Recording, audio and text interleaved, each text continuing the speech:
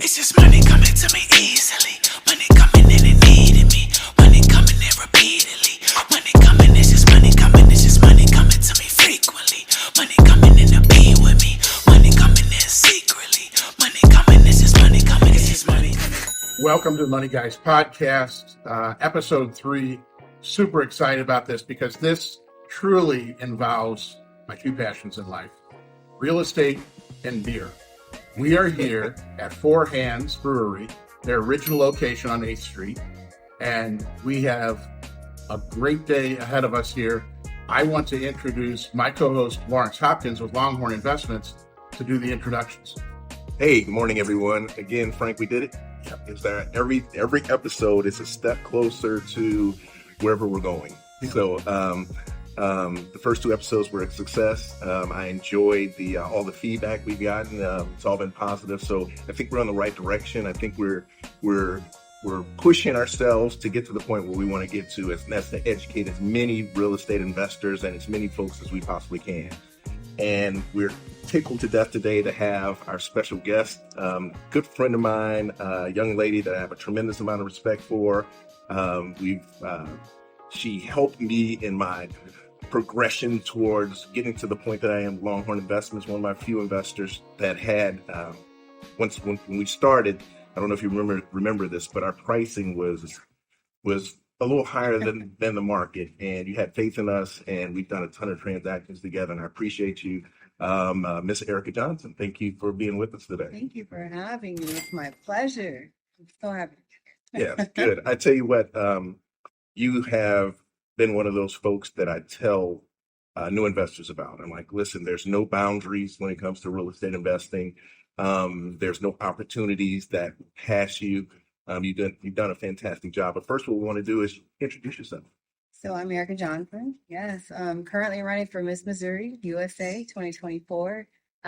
Lawrence, I am so grateful to you. You know, when I first started in my career, I was lost, and you just helped guide me and gave me just a place of a safe haven, really. You know, there are so many hard money lenders out here that are sharks. And when I came over to Longhorn, I truly felt like I had a home. Just from the way I was handled, from start to finish, my questions being answered. You guys were Johnny on the spot coming out, handling my draws, getting everything just taken care of. And we've just cultivated a great friendship, a great business working relationship. And I'm just forever grateful to you. So I appreciate that. And you were easy to work with. You had, from what I saw, you were very goal oriented. A couple of times during draw requests, you know, I saw how you handled your work site and your, beautiful face, but you were tough. You were tough, and I could see it. I've walked thousands of job sites, and you can walk to a job site and say, this is not very organized, but your job sites were always organized. The guys were on point, and it always turned into a great project, great end product too. So we're looking forward to doing a ton more business with you in the future. I am too. Yes. So Erika, talk about that for a second, though, because a lot of people see us as a male-dominated endeavor. And I, from my experience, especially the people I'm working with right now, I would say, no, it's not. And in fact, the deal I closed yesterday was a single female. There's a young lady over on the east side, Belleville area, that I've closed 3 deals with in the past 6 months. Tell us your story as a female investor in the real estate marketplace.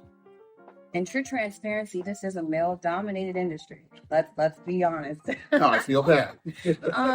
I remember one of my first flips. I had 2 investors came over, and they kind of just barged into my house if it was theirs. And it was, like I said, 2 gentlemen, and they wanted to bring me out to dinner and talk to me about my resources, because they kind of saw, like what Lawrence was saying, the way I was running my project. And so this gentleman said to me, we didn't even have drinks. He just ripped off the Band-Aid. He goes, do you think that people take you serious in this industry as a Black female? Wow. And I just looked at him and laughed. And I said, well, you took me serious enough to take me to this nice big dinner and pay for it. So obviously I'm doing something right, But yes, being female is absolutely something that I am mindful of, because we have to, first and foremost, take care of our safety. You're meeting contractors day in and day out. So, your safety is a priority. On top of that, people, I have noticed, contractors specifically, will possibly price gouge or, think that your niceness can be taken as a weakness, and maybe be more lackadaisical on your timelines and things of that nature. So it's a very fine line to balance staying in line with your femininity, but then also being kind of, like Lauren said, a bit assertive. So yeah. That's interesting. I just have more and more clients who are single females at all age ranges. The 55 plus crowd who are looking to their exit strategy from the corporate world, to younger people who just want to build this wealth early on in their life so that maybe they can retire before they get to age 55. But I would say right now in my business, it's evenly split between men and women. And I guess I'm taking it for granted because maybe people like you were the trailblazers on this thing. How long have you been doing it? I've been doing this since 2015. Okay. Yeah, I'm an agent and an investor. So. There you go. So we have never had the pleasure of doing business because you primarily do flips. But maybe one of these days you'll do a buy and hold. I'm going to stand here and say, because I do not act like I know everything, I don't want to call it a regret, but a lesson that I would say that I have learned, as I wish I would have had more buy holds. Yeah. Because residuals, I cannot say it enough. And housing is something that's going nowhere. Whether the market shifts and interest rates become high or they don't, there's always going to be a necessity for housing. And so that's one thing that I wish I could do a little bit more of. And now I'm being more proactive in doing. So we will definitely be on board to get you there. Yeah, thank you. Absolutely. I tell you what, as far as the real estate market here in St. Louis, what are some of your favorite areas to attack when you're looking to flip? I love South City. I'm very passionate about South City because I grew up in Florissant, but I went to church in South City, and I remember driving in there, going to church. This is my family, and then afterwards, we're going out to eat, and there's only soul food and fried chicken. It's like a food desert, And then I'm seeing all of these abandoned buildings, and I'm just like, this is not safe for our youth. So it was very passion oriented for me to get into our communities and to rebuild them and to create tax dollars. So South City is my way. On top of that, Kara Spencer, the alderwoman at the time of Benton Park West, was helping me with tax abatements. And for those who do not know about tax abatements, that sets your property apart from the next, So yeah, I would definitely say I'm a huge fan of South City. Good. I love Kara Spencer too. She's did a great job, an amazing job in Gravois Park, the Gravois Park area, and I think she's now in the 8th ward where we're sitting at now in the Four Hands Brewery. We're gonna get her on. That would be a great idea. That's our goal. What are you looking to do in real estate going into the future? What do you see? Because it's always interest rates, different hot areas and things of that nature. With your flipping, where are you looking at any different areas? Are you going to stay primarily in South St. Louis? Because I know you did some things in Florissant and that. And by the way, we both went to Cornell High School. We did. So, Go Stars! I'm their folks. former homecoming queen. I'm just kidding. That's funny. No, but Florissant was also a passion project. I did a house that was 4 doors down from the house that I grew up in. So I feel like I take these projects on like my babies. Yeah. Going forward, I would say, kind of touching on what we talked about, buy and holds. That is definitely what I see in my forecast. And I'm really open to where. It just has to be a good deal. Gotcha. Yeah, Gotcha. That makes sense. Here's the thing too. What would you say to a brand new investor, whether male or female, minority or not minority? What would you say to them as, hey, these are the things that we need to focus on. These are the things you need to look out for. What would you tell a brand new investor? Because you work with new investors as well, because you referred a ton of people to me, and I appreciate that. But what do you tell them when they're starting on that journey to get into the real estate business? Buy right. I cannot express enough. Your acquisition has got to be on point. I know it's really difficult to maybe bring in an inspector. I mean, we're talking $700-800, but you at least need to be inspecting your sewer lateral, your roof. Bring someone in that is qualified to at least tell you if they're intact. That is just so crucial to me. Buying right, making sure that you have things in place as you're going along, because even with hard money, every moment, every second costs you money, right? Absolutely. So we don't want to have this house and now we're sitting here and we don't have our electrician or our HVAC guy lined up, and now we're bleeding money. So yeah, buying right. Get the dumpster delivered on day one, right? Absolutely. Don't waste any time. Have the dumpster ready to roll day one. It's funny. There's an old saying in the business, and that is, you make your money on the purchase, not on the sale. And I think that a lot of people are of this opinion that, oh no, I'm going to make it on the sale. I'm going to make it on the sale. You got to buy right. Absolutely. Yeah, definitely. Also, you have something new going on in your life, which we're super excited about. Tell us about your journey in becoming our new Miss Missouri. I'm really excited about this, guys.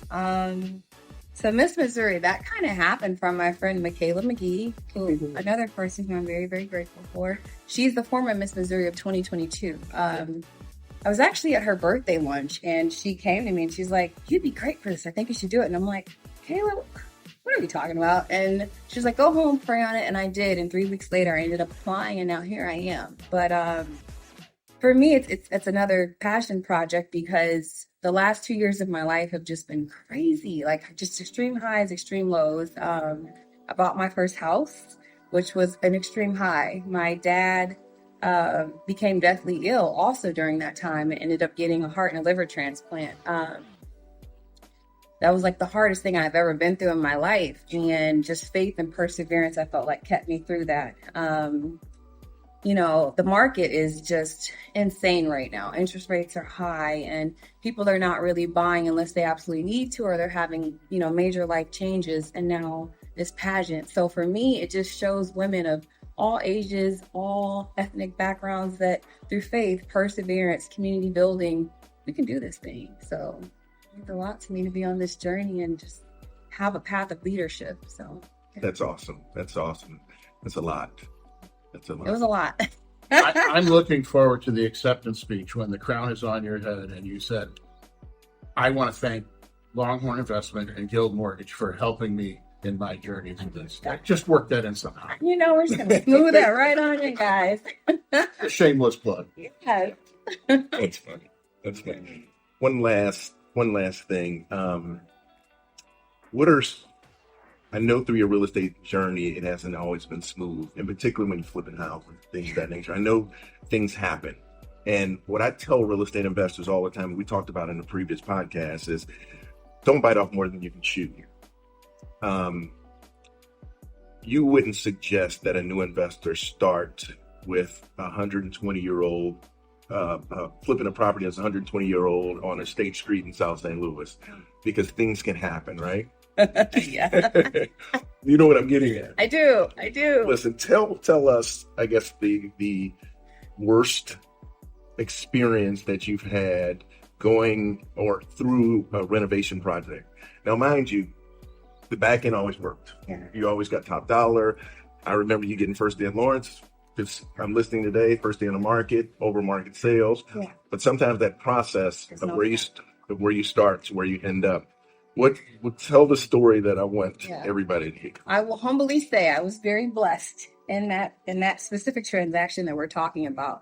I bought right and I had the profit margin to play with, but I didn't want to play with my profit in that magnitude. The back wall completely imploded on me. Now, during my acquisition of this property, we knew that the back wall needed to be rebuilt. However, it just decided to just crumble. And at this point, I was an experienced investor, and there's just certain things that are just sight unseen. It does not matter how experienced you are. We live in St. Louis. We have got cold weather.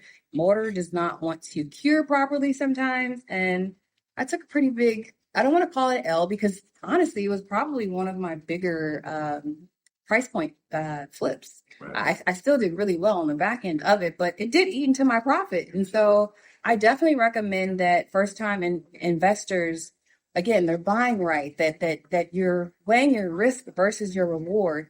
get a good mentor, get with a great hard money team. People that are just going to help build you in that direction, because, sometimes we jump out and we're overzealous and then we pay for it. Because you see the margins, like, wait, I can make $150,000 by flipping this 120-year-old house that hasn't been occupied in the last 10 years. That, you see the margins. But I always tell investors, like, look, start with something smaller, $40,000, $50,000 cosmetic rehab, something in Florida where the property was actually built in the 80s. Exactly. So what you're doing is you're going in. Cosmetic. Yeah, everything's cosmetic. You may have to do a few touch-ups, little additional plumbing or electrical work, but for the most part, it's just ready to be updated. That way you can get to know your contractors. You can dip your toe into real estate investing, into flipping, and then after a number of years, you can get into the bigger flips. Great. But what I always say is my experienced investors are the ones that always know something's going to go bad. Talked about that in the last episode. But they have the wherewithal and the experience to work their way through it. Yeah, I agree. But the cool thing is things happen for a reason. They do. So that wall coming down was an education for you. And correct me if I'm wrong, it got you in front of Tara Spencer, correct? Mm-hmm. And now you have a relationship. Yes. And to the extent that was a bad thing that happened for a good reason, that's going to happen during a reno, right? Perseverance. Yeah. And I'm sure you're going to follow, because I know Kara's now in the 8th Ward. I'm sure you're going to follow her, and hopefully she'll kind of give us the insights as far as what's going to go on in a ward, where there are new initiatives are, what's going on. Not Soulard and Lafayette Square in the 8th Ward, pretty set, but what's going on in Marine Villa and other areas, things of that nature. So we look forward to seeing what you do in the future. I look forward to funding a ton of loans for you. Frank, I'm sure you look forward to. I look forward to a buy and hold one day that we get to do together. It's coming. It's in the making. It's time to create some wealth for you, and I'm here to help you do that. Thank you both. All right. Listen, this was fantastic. I appreciate you coming. Great insight. Your inspiration to folks. I hope people look at this podcast and look at you as, wow, there might be somebody out there like, wait a minute, I can do this. There might be boundaries that they think, well, I can't do this, or I need help, and things of that nature. We're going to keep doing what we're doing. We're going to fund transactions, but we need real life examples of folks like yourself that can be an inspiration to folks. And I really appreciate you coming today. Thank you guys for having me. We are pulling for you in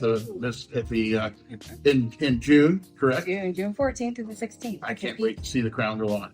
Thank you so much. I love those words of affirmation, gentlemen. Yeah, I know. Thank you. Yes, thank you. All right, so that's a wrap, episode 3. Again, my 2 passions in life, beer and real estate. I want to thank the folks here at Four Hands for their hospitality. They run an amazing place.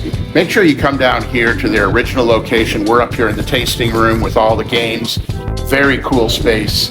And then they have a new location out in Chesterfield, right behind my office. That is a very friendly, family-friendly place. And I was just out there a week ago, and what a great place to hang out. As always, their Citywide is my go-to. And then they've just introduced Citywide Light that Lawrence has there.